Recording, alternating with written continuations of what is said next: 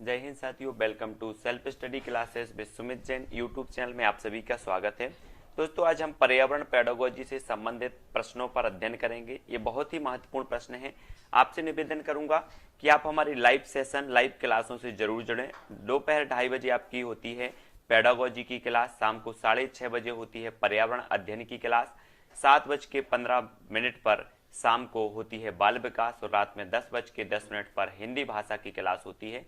तो उन क्लासों से अवश्य जुड़ना है। और आज का हमारा जो पहला प्रश्न है कि पर्यावरण अध्ययन का उद्देश्य है, तो अध्ययन का उद्देश्य क्या होता है? तो पर्यावरण अध्ययन का जो उद्देश्य होता है साथियों, वो स्थानीय पर्यावरण, पर्यावरणीय मुद्दों के प्रति समझ उत्पन्न करना, ये भी होता है। वैश्विक पर्यावरण, पर्यावरणीय मुद्दों के प्रति समझ उत्पन्न करना, ये भी होता है। पर्यावरण के प्रति सकारात्मक दृष्टिकोण उत्पन्न करना, यानी कि आपका विकल्प नंबर जो डी है वो यहां पर सही हो जाएगा। ठीक है। अगला प्रश्न है, आप बालकों के साथ चना अंकुरण की गतिविधि करते हैं, जिसमें प्रत्येक बालक भिन्न भिन्न परिस्थितियों में अंकुरण का प्रयास करता है। एक केवल हवा में, दूसरा हवा और पानी में, तीसरा पानी में पूरी तरह डुबाकर, है ना। बालक प्राप्त परिणामों को अपनी कापियों में अंकित करते हैं, विश्लेषण करते हैं और निष्कर्षित करते हैं कि अंकुरण के लिए पानी और हवा दोनों आवश्यक हैं। इस गतिविधि में निम्नलिखित में से किस कौशल से बालकों का परिचय नहीं होता? तो किस कौशल से नहीं होता है?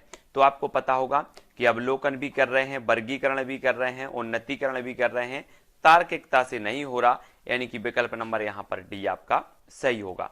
अगला क्वेश्चन है, ईबीएस एकीकरण है, तो ईबीएस एकीकरण क्या है? तब आपका सही उत्तर हो जाएगा, वो हो जाएगा विज्ञान, सामाजिक अध्ययन और पर्यावरण शिक्षा। इन सब का एकीकरण माना जाता है ईबीएस। ठीक है, तो सी नंबर आपका यहां पर सही हो जाएगा। अगला क्वेश्चन, निम्न में से कौन सा पर्यावरण अध्ययन का घटक नहीं है? तो घटक नहीं है बताना है। तब मानव है, जलमंडल भी है, वायुमंडल भी है, ये सौर मंडल जो है ये आपका सही होगा। ये पर्यावरण का घटक नहीं माना जाता। डी नंबर आपका यहां पर सही होगा। ठीक है, अगला क्वेश्चन देख लेते हैं। अगला क्वेश्चन है, बिहार राज्य हेतु पर्यावरण अध्ययन के शिक्षण के लिए प्राथमिक स्तर का पाठ्यक्रम निर्माण किसने किया? तो वो किया है SCERT, है ना। नेशनल लेवल पर NCERT करती है, स्टेट लेवल पर बिहार राज्य में SCERT। ठीक है, सी नंबर। अगला क्वेश्चन है, बिहार राज्य में कक्षा 5 तक पर्यावरण अध्ययन कैसा विषय है? तो ये समन्वित विषय है बिहार में। ठीक है, समन्वित यानी कि सी नंबर सही होगा। पर्यावरण अध्ययन की कक्षा होनी चाहिए, तो पर्यावरण की जो कक्षा होनी चाहिए दोस्तों, वो होनी चाहिए गतिविधि आधारित, यानी कि जो विकल्प नंबर 1 है बिल्कुल यहां पर सही हो जाएगी। ठीक है। अगला है, बच्चों में सामाजिक भावना का विकास करने के लिए निम्न में से कौन सा प्रयास सर्वोत्तम है? प्रश्न क्रमांक 8 का, और 8 का आपका उत्तर होगा सी, बच्चों को स्वस्थ स्पर्धा के लिए तैयार करना, और सी नंबर यहां पर आपका बिल्कुल सही होगा। ठीक है, तो बच्चों में सामाजिक भावना का विकास करने के लिए बताना था कौन सा प्रयास सर्वोत्तम। विद्यालय में विभिन्न त्योहारों का आयोजन करना, है ना, अभिभावकों को विद्यालय में आमंत्रित कर बैठकों का आयोजन करना, या फिर विद्यालय में बाल मेला का आयोजन। लेकिन इनमें बहुत सारे हैं, ये बाल मेला का आयोजन करना, इससे भी सामाजिकता होती है, लेकिन सी नंबर यहां पर आपका ज्यादा सही होगा। ठीक है। अगला क्वेश्चन है, पर्यावरण अध्ययन की कक्षा में बच्चों के अनुभवों को महत्व देना चाहिए, क्योंकि क्यों महत्व देना चाहिए? तब आपका उत्तर क्या हो जाएगा? पर्यावरण अध्ययन की कक्षा में बच्चों के अनुभवों को महत्व देना चाहिए, क्योंकि विषय को बच्चों के अनुभवों से जोड़ने पर सीखने की प्रक्रिया को बढ़ावा मिलता है, यानी कि जो विकल्प नंबर आपका डी है वो यहां पर सही हो जाएगा। अगला क्वेश्चन है, प्राकृतिक पर्यावरण के प्रमुख घटक हैं, तो प्राकृतिक पर्यावरण के तो सभी जीव आते हैं इसमें, है ना, भू आकृतिक कारक भी आते हैं और जलवायु वायु भी कारक भी आते हैं, यानी कि सभी आते हैं प्राकृतिक पर्यावरण के अंतर्गत। डी नंबर आपका सही होगा। यहाँ पर पर्यावरण की पाठचर्या में शामिल होना चाहिए, तो क्या शामिल? बच्चों के अनुभव भी शामिल होने चाहिए, स्कूलों का वातावरण, उपयुक्त पाठ्यक्रम, यानी कि आपका डी नंबर बिल्कुल यहाँ पर सही हो जाएगा। अगला क्वेश्चन है, प्राकृतिक एवं सामाजिक सांस्कृतिक पर्यावरण के बीच अंतःक्रिया का उदाहरण है, तो अंतःक्रिया का उदाहरण क्या है? अंतःक्रिया का उदाहरण वनों की कटाई भी है, निर्माण कार्य भी है, शिकार भी है, यानी कि उपरोक्त सभी यहां पर आपका राइट आंसर होगा। अगला क्वेश्चन है, बच्चे को समाजीकरण का पहला पाठ कहां से प्राप्त होता है? तो समाजीकरण का जो पहला पाठ प्राप्त होता है वो कहां से होता है? परिवार। परिवार से होता है, सभी को पता है। ए नंबर आपका यहाँ पर सही होगा। इनमें से कौन पर्यावरण शिक्षा का एक सिद्धांत नहीं है?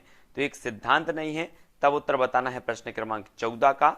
तो आपका यहाँ पर देखो, पर्यावरण शिक्षा जीवन पर्यंत शिक्षा प्रणाली नहीं है, तो ये सिद्धांत नहीं है। पर्यावरण शिक्षा तो ये जीवन पर्यंत शिक्षा प्रणाली मानी जाती है, तो बी नंबर यहाँ पर आपका सही होगा। ये पर्यावरण का सिद्धांत नहीं है, जबकि पर्यावरण शिक्षा में सभी की सहभागिता ये बिल्कुल सिद्धांत है ना। और भी देख लेते हैं अपने और जो प्रश्न है उनको। पर्यावरण शिक्षा एक समेकित तथा सामुदायिक प्रयास होना चाहिए, बिल्कुल सही है। पर्यावरण शिक्षा का सामाजिक तथा आर्थिक उद्देश्यों के साथ समुचित तालमेल तथा समान प्राथमिकता के आधार पर प्रचार प्रसार होना चाहिए, बिल्कुल सही है। तब अगला क्वेश्चन देखो, पर्यावरण शिक्षण का उद्देश्य है, तो क्या उद्देश्य है? पर्यावरण की सुरक्षा एवं संरक्षण, ये प्रमुख उद्देश्य माना जाता है पर्यावरण शिक्षा का। ए नंबर आपका यहाँ पर सही होगा। निम्नलिखित में से कौन सा विकल्प पर्यावरण अध्ययन की विषय वस्तु में सम्मिलित नहीं किया जाता? तो कौन सा नहीं किया जाता? तो आपको पता है कि राजनीतिक संरक्षण ये नहीं किया जाता, मृदा संरक्षण किया जाता है, वन संरक्षण, जल संरक्षण, ये सभी किए जाते हैं, जबकि बी नहीं किया जाता। अगला क्वेश्चन देखो, आईईपी का पूर्ण रूप है, तो क्या है? आईईपी का पूर्ण रूप होता है दोस्तों international environmental education programme. IEP का पूर्ण रूप होता है, याद कर लेना, ऐसे क्वेश्चन कई बार पूछे जाते हैं, ठीक है। पर्यावरण अध्ययन की पाठ्य पुस्तक में पहेलियां शामिल करने का निम्नलिखित में से कौन सा उद्देश्य नहीं है बताना है? तो नहीं है, कौन सा नहीं है? तब आपका बिल्कुल सही आंसर होगा बच्चों के मस्तिष्क को भ्रमित करना और उन्हें इस भ्रम का आनंद उठाए देना। ये जो है पाठ्य पुस्तक में पहेलियां शामिल करने का उद्देश्य नहीं है। ए नंबर आपका यहां पर सही हो जाएगा, ठीक है, ए नंबर का। अगला देख लो, निम्नलिखित में से कौन सा प्राथमिक विद्यालय में पर्यावरण अध्ययन पढ़ाने का उद्देश्य निरूपित है? तो उद्देश्य जो निरूपित है वो क्या है? बी, विद्यालयों में बच्चों के अनुभवों को बाहरी दुनिया से जोड़ना, ये उद्देश्य निरूपित होता है पर्यावरण प्राथमिक विद्यालय में पर्यावरण अध्ययन को पढ़ाने का। तो बी नंबर यहां पर आपका राइट आंसर होगा। निम्नलिखित में कथनों में से कौन सा प्राथमिक स्तर पर पर्यावरण अध्ययन पढ़ाने का उद्देश्य नहीं है? प्राथमिक स्तर पर बताना है, तब आपका उत्तर क्या होगा? बच्चों पर आकलन के लिए शब्दावली और परिभाषाओं का बोझ डालना, ये नहीं है। ये नंबर आपका बिल्कुल सही हो जाएगा, ठीक है। प्राथमिक स्तर पर पर्यावरण अध्ययन का उद्देश्य नहीं है बताना है, तो ये नंबर यहाँ पर सही होगा। जीवन और स्वरूप पर्यावरण से सरोकार रखने वाले मूल्यों को आत्मज्ञान करना, ये है। प्राकृतिक व सामाजिक वातावरण की उत्सुकता जगाना, बिल्कुल है। बच्चों को खोजने की प्रक्रिया में लगाना तथा व्यवहारिक क्रियाएं करवाना जो संज्ञानात्मक और मनश्चात्मक कौशलों के विकास में सहायक, बिल्कुल ये भी सही है। तो ये नंबर आपका यहाँ पर सही हो जाएगा, ठीक है। देख लेते हैं अगला जो अपना अगला फैक्ट है उसके बारे में।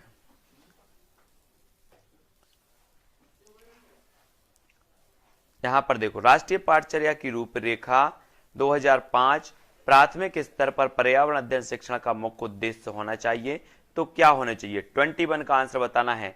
स्वतंत्र रूप से प्रयोग करने की कुशलता अर्जित करना, है ना, या फिर विषय आधारित संकल्पनाओं की आधारभूत समझ का विकास, या फिर विषय के आधारभूत सिद्धांतों को स्मरण करना।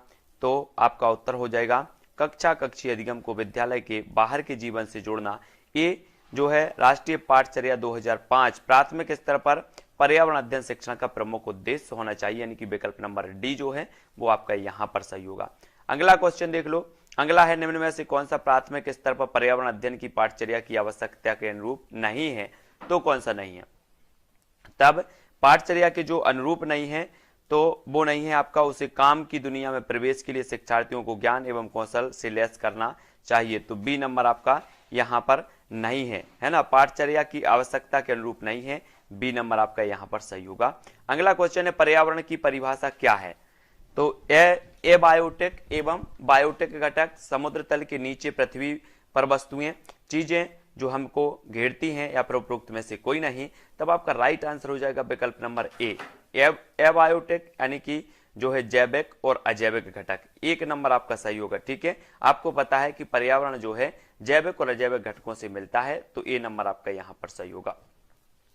प्राथमिक स्तर पर ईवीएस की पढ़ाई का एक प्रमुख उद्देश्य है, तो क्या है?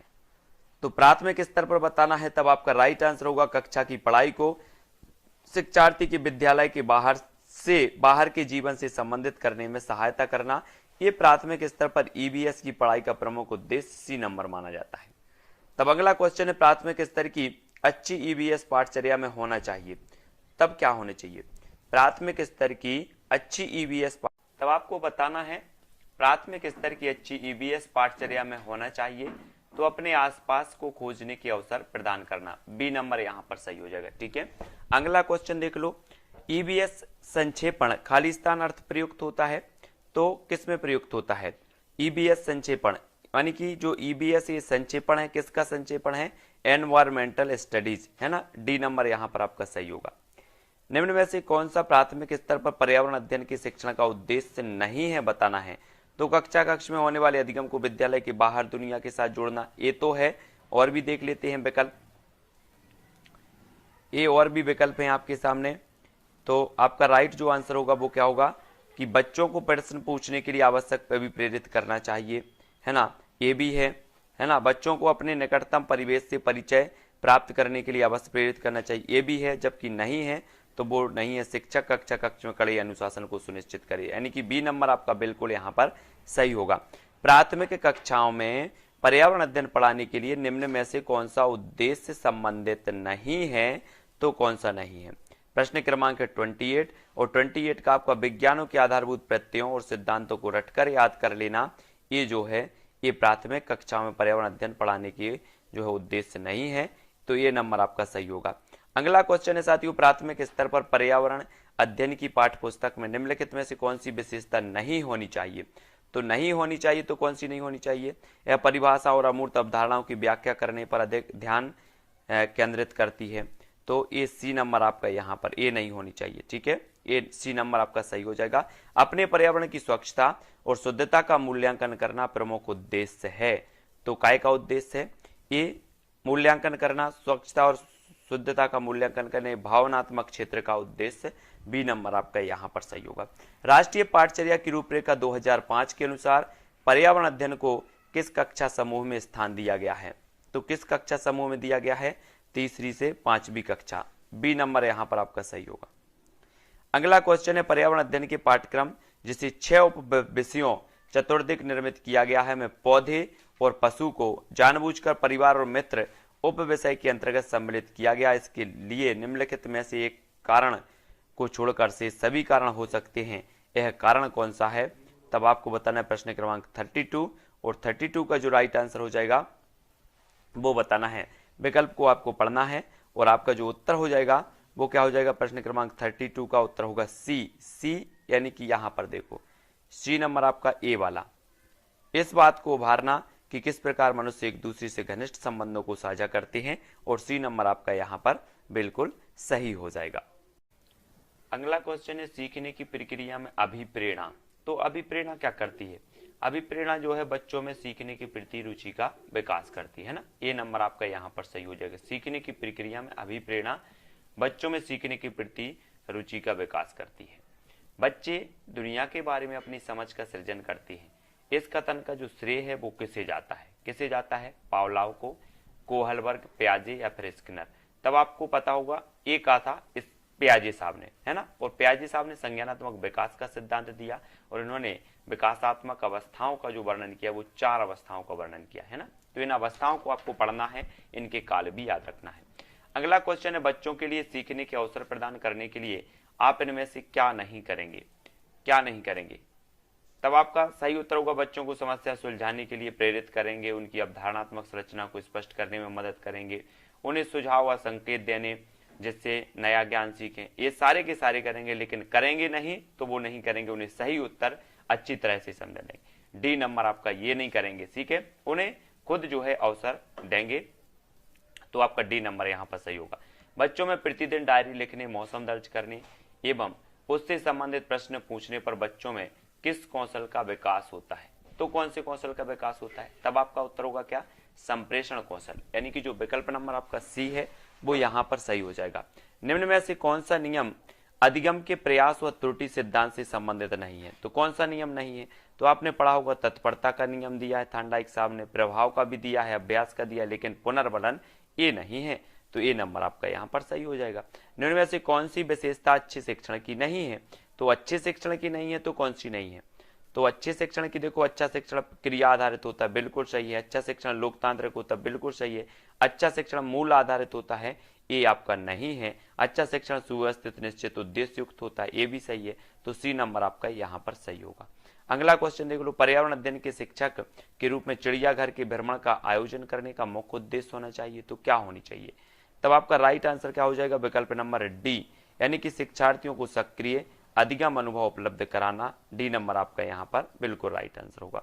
अगला है, पर्यावरण अध्ययन की पुस्तकों में विभिन्न प्रकरणों में एक खंड करके देखो को शामिल किया गया है, इसका उद्देश्य क्या है? इसका उद्देश्य बताना है। 53 का आपका राइट जो आंसर हो जाएगा वो क्या हो जाएगा दोस्तों?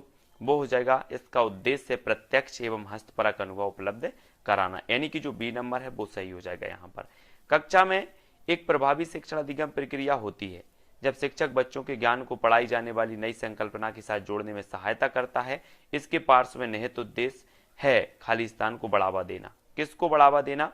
तो आपका उत्तर होगा क्या? ज्ञान का सहसंबंध एवं स्थानांतरण को बढ़ावा देना। सी नंबर आपका यहाँ पर सही होगा। अगला है, पर्यावरण अध्ययन के शिक्षकों को क्या करना चाहिए? बच्चों के दृष्टिकोण को स्वीकार करना एवं सम्मान देना चाहिए। बिल्कुल आपका ए नंबर ही सही हो जाएगा, ए नंबर। ठीक है, अभिभावकों के विचार को स्वीकार करना एवं सम्मान, ये तो सही है, लेकिन आपका ए नंबर ज्यादा सही है। बच्चों के दृष्टिकोण को, ए नंबर सही है। ठीक है, सीमा प्रत्येक पाठ को रटकर तुरंत सीख लेती है, जबकि लीना चर्चा एवं ब्रेन स्टॉर्मिंग मस्तिष्क उद्दोलन के बाद प्रत्येक पाठ को समझती है। यह खालिस्तान के विकासात्मक सिद्धांत की ओर संकेत करता है। तो किसके विकासात्मक संकेत करता है? आपका उत्तर होगा डी, वैयक्तिक भिन्नताओं की विकासात्मक सिद्धांत की ओर। डी नंबर आपका यहाँ पर सही होगा, है ना, ये चीज याद रखनी है। तब आपका अगला क्वेश्चन है, ईवीएस की कक्षा में जल का पाठ पढ़ाते समय अंजलि ने अपनी कक्षा में जल के विभिन्न स्रोतों और जल को संरक्षित करने के लिए व्यक्तिगत क्रियाओं पर रोल प्ले आयोजित किया। इस क्रियाकलाप का मुख्य उद्देश्य है, तो क्या है मुख्य उद्देश्य? तब आपका प्रश्न क्रमांक 58 और 58 का राइट आंसर क्या हो जाएगा? अधिगम की प्रक्रिया में विद्यार्थियों का सक्रिय भाग लेना सुनिश्चित करना। सी नंबर यहां पर आपका सही होगा। अगला क्वेश्चन देखो, प्राथमिक स्तर की ईबीएस पाठ्य पुस्तकों में कविताएं और कहानियां सम्मिलित करने का कारण है, तो क्या कारण? विद्यार्थियों में साहित्यिक रुचि विकसित करना, विषय के अधिगम में आमोद प्रमोद जो है प्रदान करना, या फिर आपका जो उत्तर होगा मूल संक्रियाओं के अधिगम में वृद्धि करना। तो आपका राइट जो आंसर होगा वो होगा बी, विषय के जो है अधिक आमोद प्रमोद जो है प्रमोद करना, ये जो है इसका प्रमुख उद्देश्य होता है, सम्मिलित करने का कारण होता है। बी नंबर यहां पर आपका राइट आंसर होगा। ठीक है, अगला क्वेश्चन देख लो। अगला क्वेश्चन है, यदि 1 महीने के लिए बिजली ना हो तो हमारा जीवन किस प्रकार प्रभावित होगा? इस प्रश्न को पूछने का उद्देश्य क्या है? उद्देश्य बताना है। तो आपका उद्देश्य होगा क्या? शिक्षार्थियों के कल्पना परक और चिंतन परक कौशलों का विकास करना, यानी कि सी नंबर, ए इस प्रश्न को पूछने का उद्देश्य होगा, सी नंबर। ठीक है, अगला देख लो। अगला यहां पर जो दिया है, रश्मि को यह सिखाया जाता है कि प्रश्न पत्र बनाते समय निम्न चरणों क्रम में नहीं का पालन करें। तो कौन से चरणों का हमें पालन करना चाहिए? तब आपका विकल्प नंबर जो है बी सही होगा यहाँ पर, बी, यानी कि सबसे पहले रूपरेखा डिजाइन तैयार करो, फिर उसके पहले ब्लूप्रिंट तैयार करना, ठीक है, फिर प्रश्न लिखना, फिर प्रश्न पत्र का संपादन करना। तो ये आपके हो जाएंगे। ठीक है, इस प्रकार से। अगला देखो, निम्न में से कौन सा पर्यावरण की कक्षा में रूपात्मक आकलन का समुचित कार्य नहीं है? तो रूपात्मक आकलन का समुचित कार्य कौन सा नहीं है? तब आपका आंसर हो जाएगा क्या? जल प्रदूषण की हानियों के विषय में चर्चा, ये रूपात्मक आकलन का समुचित कार्य नहीं है, और डी नंबर आपका सही हो जाएगा यहां पर। ठीक है, अगला देख लो, कक्षा तीसरी के शिक्षार्थियों को हमारे दोस्त पक्षी प्रकरण पढ़ाते समय नलिनी नीचे दी गई पद्धतियों का प्रयोग करती है। तो पक्षियों पर आधारित वृत्त चित्र दिखाना, विभिन्न पक्षियों की तस्वीरें वाले चार्ट का प्रयोग करना और संक्षेप में उनका वर्णन करना, शिक्षार्थियों को नजदीक के पार्क में ले जाना और उनसे पक्षियों को ध्यान से देखने के लिए कहना। नलिनी निम्न में से किस प्रयोजन के लिए सीखने के विभिन्न उपागमों का प्रयोग कर रही है? तो आपका राइट आंसर होगा बी, बहुबुद्धि वाले शिक्षार्थियों की विभिन्न आवश्यकताओं को पूरा करना, और बी नंबर यहां पर सही हो जाएगा आपका। अगला देख लो, राष्ट्रीय पाठचर्या रूपरेखा एनसीएफ 2005 ने कक्षा 1 और 3 के लिए पर्यावरण अध्ययन के किसी पाठ्यक्रम या पाठ्य पुस्तकों की संस्तुति नहीं की। इसके लिए सबसे उपयुक्त कारण क्या है?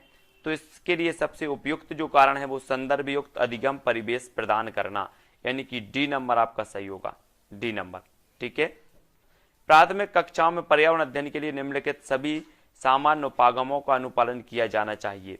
यह केवल इसे छोड़कर, किसे छोड़कर, तो आपका राइट आंसर होगा किसे छोड़कर, केवल बी को छोड़कर, केवल डी को छोड़कर, अमूर्त से मूर्त। प्राथमिक कक्षा में पर्यावरण अध्ययन के लिए निम्नलिखित सभी सामान्य उपागमों का अनुपालन किया जाना चाहिए, केवल इसे छोड़कर, तो डी को छोड़कर बाकी सभी का, मूर्त से अमूर्त, सरल से कठिन, स्थानीय से वैश्विक, ये सारी हो जाएंगे।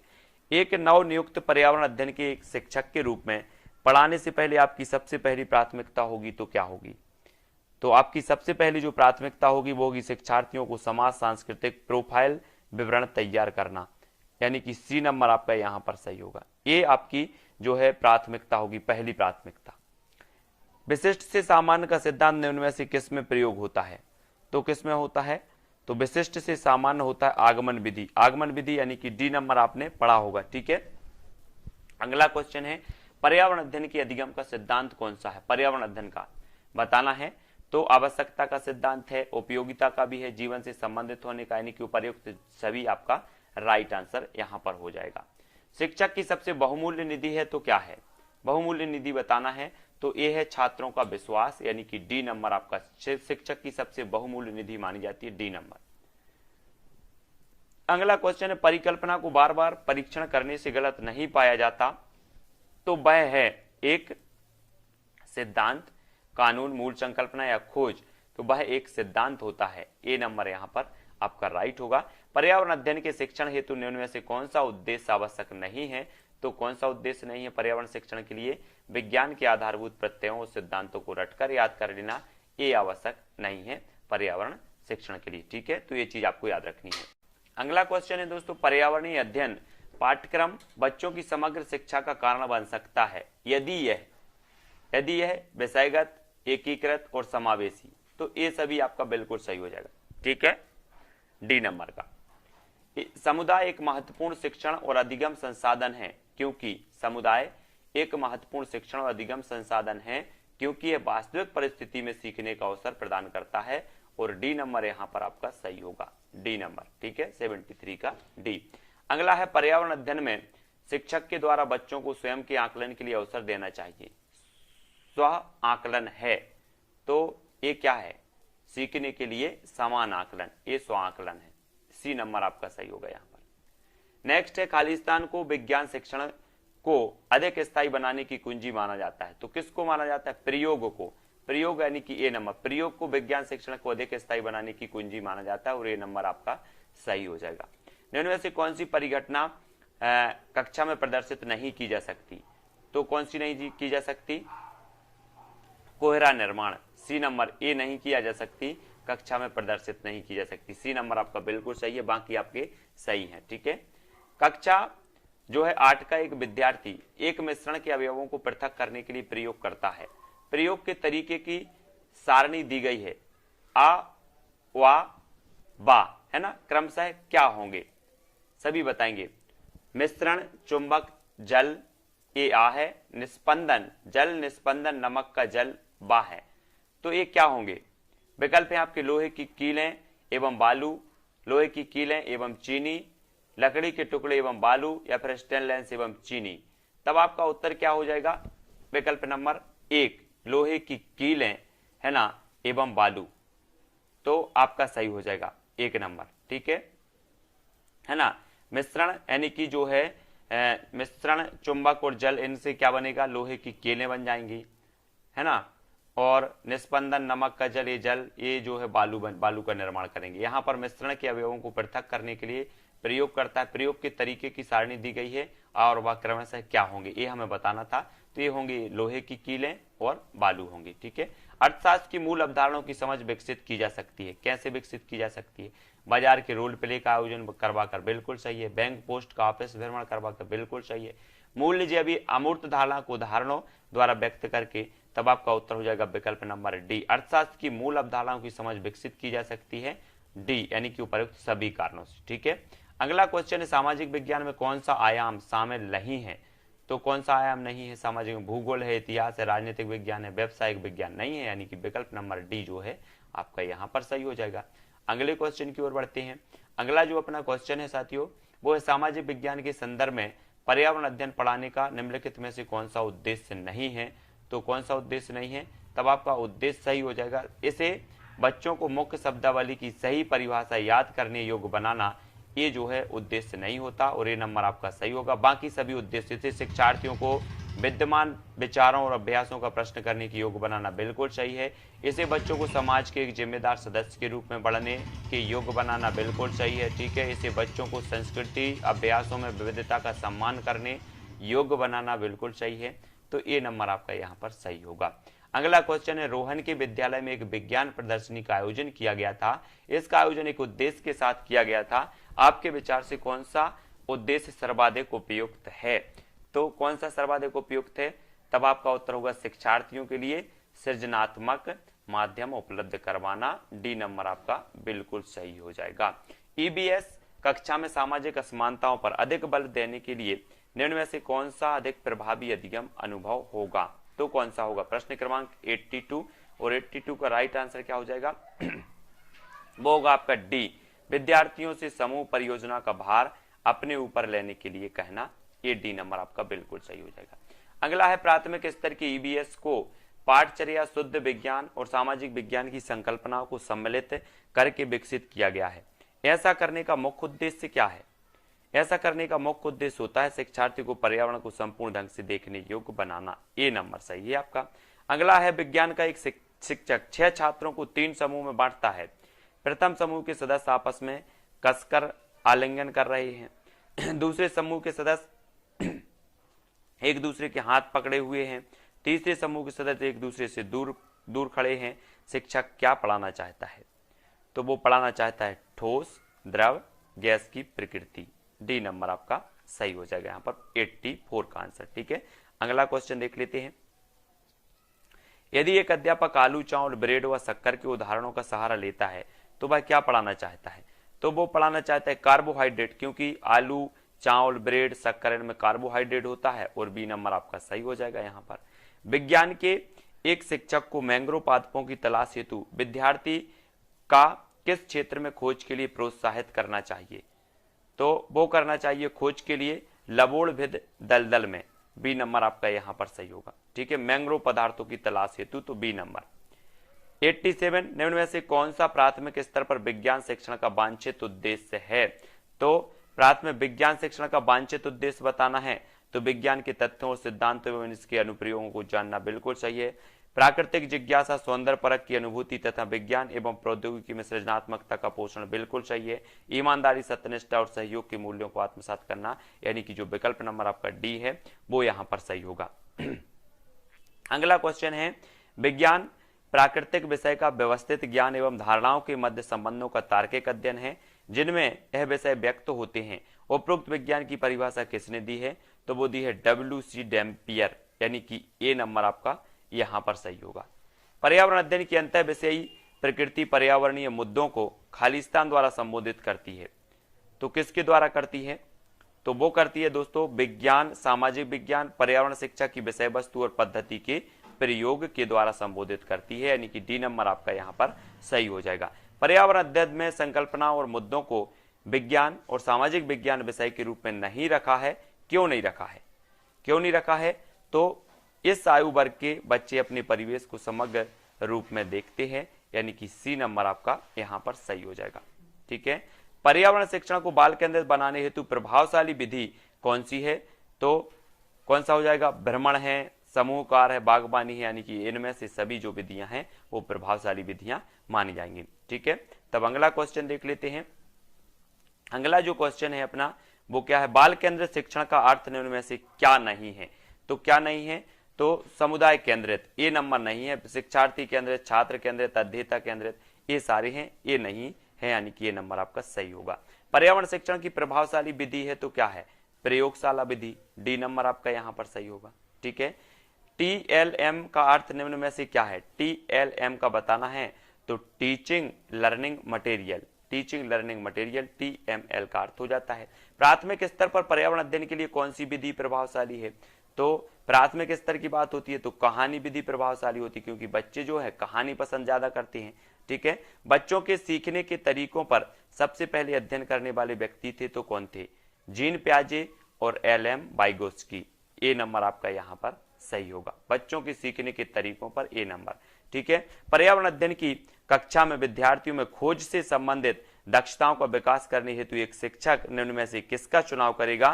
तो एक शिक्षक करेगा ऐसी पाठ्यवस्तु जो विद्यार्थियों के लिए दैनिक जीवन से जुड़ी समस्या हो। डी नंबर आपका यहाँ पर बिल्कुल राइट आंसर होगा। अगला क्वेश्चन है, पर्यावरण शिक्षा में सामूहिक चर्चा से संबंधित शिक्षण विधि कौन सी है? तब आपको उत्तर बताना है। सामूहिक चर्चा की जो संबंधित शिक्षण विधि है तो विचार गोष्ठी, यानी कि डी नंबर आपका यहाँ पर सही होगा। अगला क्वेश्चन है, पर्यावरण अध्ययन की कक्षा में अवधारणाओं को स्पष्ट करने के लिए कविताओं और कहानियों का कथन प्रयोग करना स्थानीय एवं विश्व स्तर पर संसार की प्रकृति को खोजने और कल्पना की योग्यता का विकास करने में मदद करता है, यानी कि डी नंबर आपका यहां पर बिल्कुल सही हो जाएगा। बच्चों को विभिन्न प्रकार के ईंधनों से परिचित कराने के लिए शिक्षक कक्षा में कुछ ईंधनों के नमूने दिखा सकता है। एक लघु फिल्म दिखाने के साथ खाना पकाने के लिए इस्तेमाल होने वाले संभावित ईंधन के प्रकारों पर बच्चों के साथ चर्चा कर सकता है, या फिर चार्ट पर ईंधनों के चित्र प्रदर्शित कर सकता है। तब आपका उत्तर जो हो जाएगा वो बी नंबर हो जाएगा साथियों, कि एक लघु फिल्म दिखाने के साथ खाना पकाने के लिए इस्तेमाल होने वाले संभावित ईंधन प्रकारों बच्चों के साथ चर्चा कर सकता है। तो बी नंबर यहाँ पर सही होगा। और यहाँ पर हमारे बहुत सारे जो प्रश्न हैं पर्यावरण पेडागोजी के वो कवर होते हैं। ठीक है, अगर आपको कोई डाउट लगता है कोई भी क्वेश्चन में तो कमेंट में बताएं, और वीडियो को लाइक जरूर करें, शेयर करें। ठीक है, और चैनल को सब्सक्राइब कर लें दोस्तों। लाइव क्लासों से जरूर जुड़ें। आज के वीडियो के लिए बस इतना ही। जय हिंद।